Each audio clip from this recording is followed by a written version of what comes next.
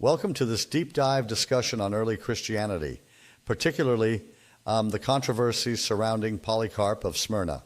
I'm excited to kick this off. So Polycarp, was he really a real historical figure or more of a crafted myth? Exactly. We're questioning the authenticity of a figure traditionally seen as a key apostolic link. You see, for centuries, Polycarp was considered a bridge from the apostolic age to early Catholicism, supposedly a disciple of John the Apostle and a martyr. But what if this whole narrative was, designed to serve specific church agendas? Right. That's where the idea of him being an ecclesiastical invention comes in, isn't it? Absolutely.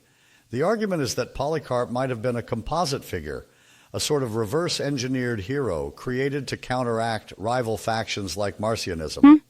It's almost like he was a myth built to legitimize authority. And speaking of sources, it seems like the evidence we have for Polycarp is not exactly robust. Right. The primary source here is the martyrdom of Polycarp, but this document only appeared in the late 2nd century, around 170, 180 CE, which is decades after he was supposedly alive. Yep. Even Irenaeus, writing circa 180 CE, amplifies his significance rather than offering contemporary corroboration. So, isn't it problematic that we don't have any independent Roman records, inscriptions, or contemporary accounts of his life? Exactly. There's a complete vacuum in the independent non-Christian sources. Everything comes from Christian writers who clearly had their own agendas, often to combat heresies like Marcionism or to emphasize martyrdom as an ideal virtue. It's concerning, isn't it? It really is. Now, the argument also states that Polycarp's persona might have been tailored specifically to oppose Marcion of Sinope, correct? That's right. Marcion was a revolutionary figure who proposed a radically different version of Christianity, even rejecting the Old Testament. Some scholars argue that Polycarp was practically invented to counter Marcion's influence, offering a direct link to John the Apostle as a counterpoint to Marcion's narrative. And this anti-Marcionite motive seems to have driven the creation of a figure who could boldly refute heretical teachings. Right, with even a famous supposed encounter where Polycarp calls Marcion the firstborn of Satan. It's a strong, dramatic statement that sounds more like a crafted slogan than a historical recount. It really does raise an eyebrow. But I wonder, isn't it a bit too convenient to have such a neatly packaged figure when, in reality, early Christian communities were far more diverse and fragmented? Exactly what I was thinking. The whole narrative seems engineered to create a continuous, almost too perfect apostolic succession that's hard to believe given the messy reality of early Christianity. Yeah. It's like an assembly line version of history. Now, aside from the source issues and the anti-Marcionite agenda, there are serious dating problems with Polycarp's biography. Right. Traditional accounts place his birth around 69 CE and his martyrdom around 155 CE, meaning he lived a remarkably long life, 86 years, which conveniently aligns with symbolic numerology in the church. Almost too convenient if you ask me. And isn't it also problematic that Polycarp is said to be ordained by John the Apostle, implying John lived much longer than expected? Exactly. John would have been in his 90s or even older if that account were accurate.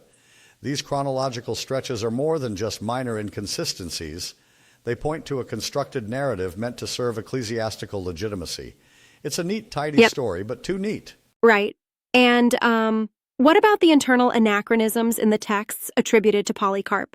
Now that's another fascinating point. For instance, the martyrdom of Polycarp mentions a Roman official, Herod the Trallian, who doesn't appear in any other records. It's a glaring inconsistency. Plus, the text includes theological language and ritual descriptions, like Eucharistic prayers, that only became standard after 150 CE. Precisely. And then there's the Epistle to the Philippians, which oddly references the pastoral epistles. Considering those were likely written after Paul's death, it becomes impossible for Polycarp to have actually quoted them if he were an early Christian, which again suggests later editing or even outright forgery. So, in many ways, Polycarp's biography and writings seem like a patchwork also, not a consistently recorded historical account.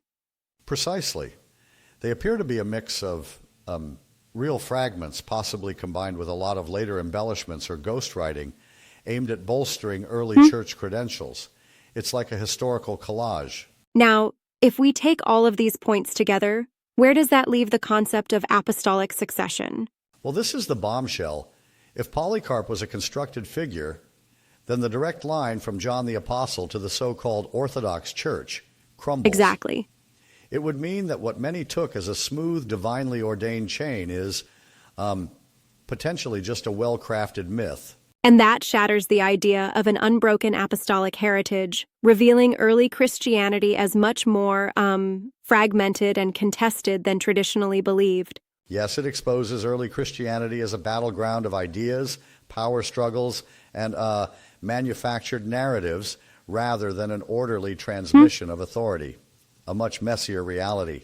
Now, some scholars, like Bart Ehrman and Richard Carrier, point out that using template texts and forged traditions wasn't unusual back then, is it? Exactly. It was almost like an early form of branding, constructing legends that served current ideological needs. You might even say that many early Christian figures underwent a similar process. Right. It was a common strategy in political and religious movements. So, taking another angle here, is it possible that there was a real bishop named Polycarp whose story was later heavily modified to serve the church's purposes? That's one of the key possibilities.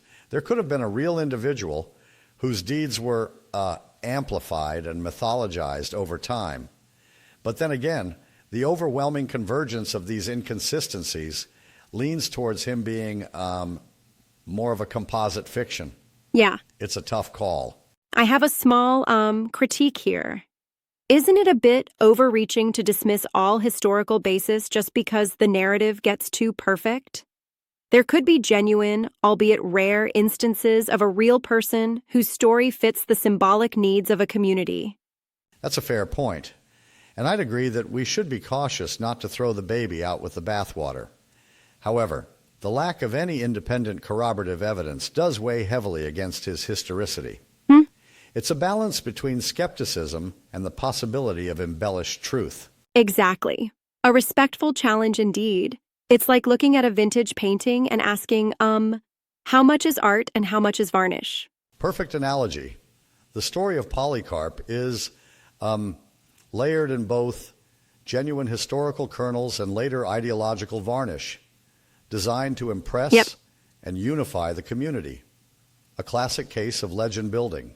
And in that process, the figure of Polycarp ends up serving as the Anti-Marcionite weapon, strengthening the motifs of martyrdom and apostolic legitimacy. Right. So instead of a chaotic, unstructured early church, we get this narrative of a divinely cared-for succession, when in truth, early Christianity was a real battleground of competing ideas. Very fascinating indeed.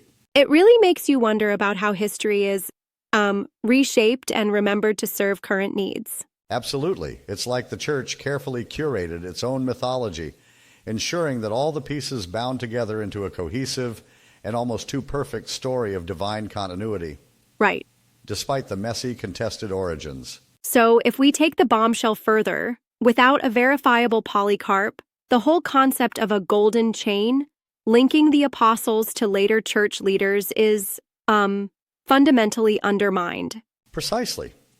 It forces us to re-examine early Christianity as a series of contested narratives, full of power struggles and myth-making, rather than a straightforward, divinely sanctioned succession. Absolutely eye-opening. In the end, this discussion teaches us that even our most venerated historical figures might be more, products of narrative construction than previously thought. Yes. And it reminds us to always look critically at the sources and question the convenient too perfect stories that have been handed down. The reality is often a far messier, intriguing tapestry of human ambition and myth,